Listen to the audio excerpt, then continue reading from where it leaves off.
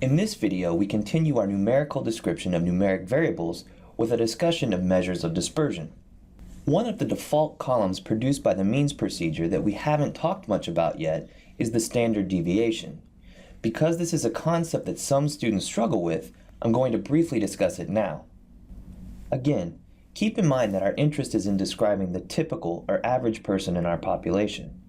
The results of the mean procedure tell us that the average person who answered the height question in our hypothetical class was 67.65 inches, or about 5 foot 7 inches. And this information gets us reasonably close to understanding the typical height in our class. But remember, our average person does not necessarily have the same height as any actual person in our class. So a natural extension of our original question is, how much like the average person are the other people in our class? For example, is everyone in class 5 foot 7 inches, or are there differences in everyone's height, with the average person's height always having a value in the middle of everyone else's? The measures used to answer this question are called measures of dispersion, which we can say is the amount of difference between people in the class, or more generally, the amount of variability in the data. Three common measures of dispersion used are the range, variance, and standard deviation. The range is simply the difference between the maximum and minimum value in the data, in this case 20. The range can be useful. It tells us how much difference there is between the tallest person in our class and the shortest person in our class, 20 inches. But it doesn't tell us how close or far away to 67 inches most people in the class are. In other words, are most people in the class out at the edges of the range of the values in our data, or are people evenly distributed across the range of heights for the class, or something else entirely? The variance is a measure of dispersion that is slightly more complicated to calculate, although not much, but gives us a number we can use to quantify the dispersion of heights around the mean. To do this, let's work through a simple example that only includes 6 observations. 3 people who are 61 inches tall, and 3 people who are 81 inches tall. In this sample of 6 people from our population, the average height is 71 inches. Next, let's draw an imaginary line straight up from the mean. Then, let's measure the difference, or distance, between each person's height and the mean height. Then we square the differences. Then we add up all the squared differences. And finally, we divide by n, the number of non-missing observations, minus 1. In this case, n equals 6, so n minus 1 equals 5. If the 6 observations here represented our entire population of interest, then we could simply divide by n instead of n minus 1. Okay, so 600 divided by 5 equals 120. Therefore, the sample variance in this case is 120. However, because the variance is expressed in squared units instead of original units, it isn't necessarily intuitive to interpret. But if we take the square root of the variance, the standard deviation is 10.95 inches, which is much easier to interpret and compare with other samples. Now that we know the sample standard deviation, we can use it to describe the value's distance from the mean.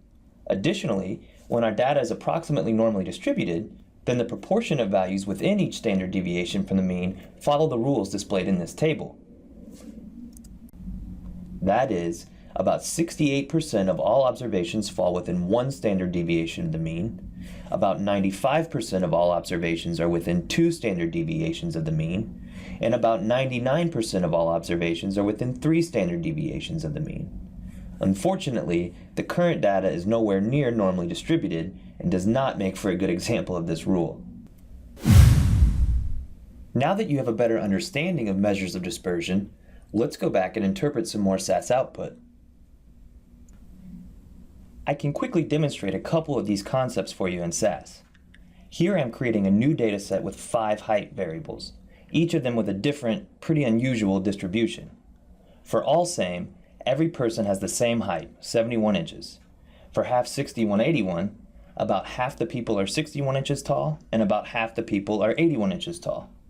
For even 6181, the shortest person is 61 inches tall, and the tallest person is 81 inches tall, and every person is exactly 1 inch taller than the person who comes before them in the data.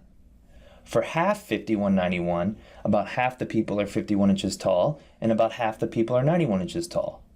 For even 5191, the shortest person is 51 inches tall, and the tallest person is 91 inches tall, and every person is exactly 1 inch taller than the person who comes before them in the data.